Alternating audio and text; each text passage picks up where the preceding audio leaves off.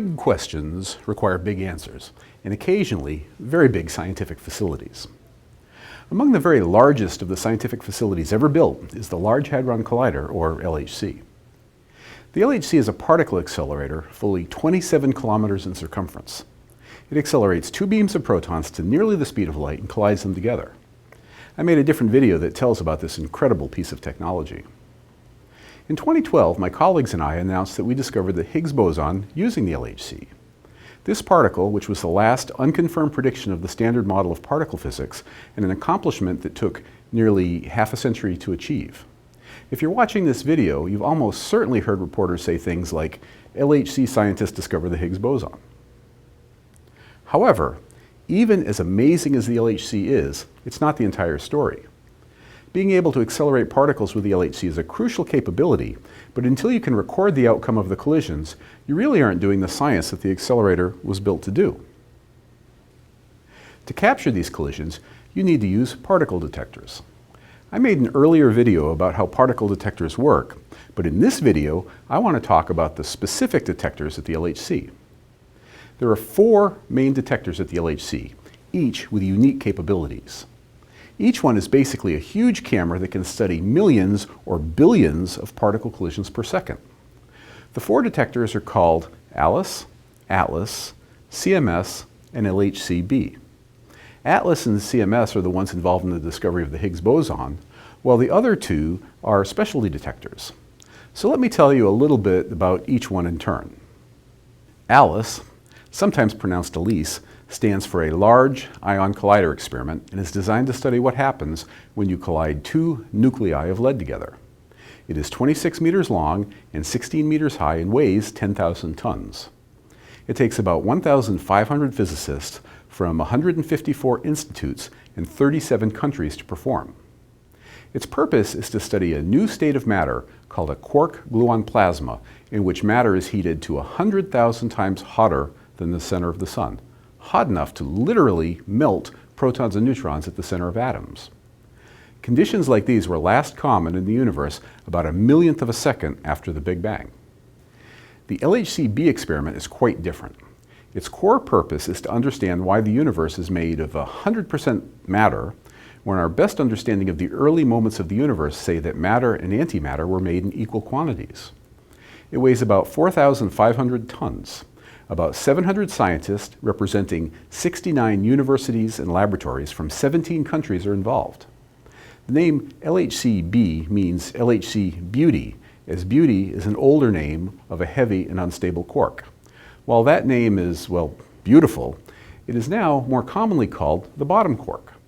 It is thought that studying this ephemeral particle is the most promising way to shed light on this puzzling asymmetry between matter and antimatter. The ATLAS and CMS experiments are more similar in their fundamental goal. These 2 detectors are designed to record collisions between beams of protons at a collision energy of 14 trillion electron volts. The energy densities in these collisions haven't been common since the universe was less than a trillionth of a second old. Collisions occur at a rate of 1 billion times a second, and these detectors inspect every single collision before recording only about 1,000 select collisions each second. You may have heard that the LHC is colliding beams at 13 trillion electron volts, but that's just to ensure that we can run the accelerator reliably. It also means that we have more experience with the machine, we might still squeeze out another 7% or so more energy. The ATLAS experiment is physically the largest particle experiment ever built. Its name is an acronym for a toroidal LHC apparatus.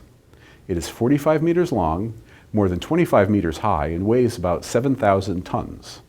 It's about half as big as the Notre Dame Cathedral in Paris, and it weighs the same as the Eiffel Tower. It involves over 3,000 scientists from about 180 universities and laboratories from 38 countries. More than 1,000 PhD students do their research using this detector. The Compact Muon Solenoid experiment, or CMS, has some significant commonalities with ATLAS, but looks different in detail. For one thing, it is more massive, weighing 14,000 tons, or about twice the weight of the Eiffel Tower. It is 22 meters long and about 15 meters in diameter. The detector consists of about 100 million individual elements. Like Atlas, CMS requires 3,000 scientists to design, build, and operate from 182 institutions drawn from 42 countries all around the world. The solenoid from which the experiment draws its name is one of the biggest and strongest magnets in the world. At 6 meters wide and 13 meters long, with a field of 80,000 times that of the Earth and containing the energy equivalent of about half a ton of TNT.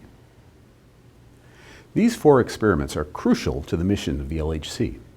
The Large Hadron Collider may provide collisions, but without these 4 experiments, there would be no LHC science. So you might be asking yourself, which of the experiments is the best and the most important? Unfortunately, or perhaps fortunately, there is no answer to that question. Each of the 4 detectors is exquisitely designed to answer difficult questions, and each is truly a marvel of technology.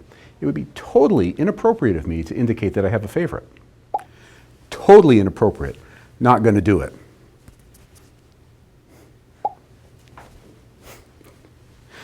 The research program at the LHC will fascinate science enthusiasts for the next couple of decades. The discovery of the Higgs boson was just the beginning of an ambitious research program, but the LHC experiments will make many more groundbreaking measurements. It may well be that these experiments will make discoveries that completely overturn what we think we know about matter and energy, teaching us something new and fundamental about the universe. As in all things, time will tell.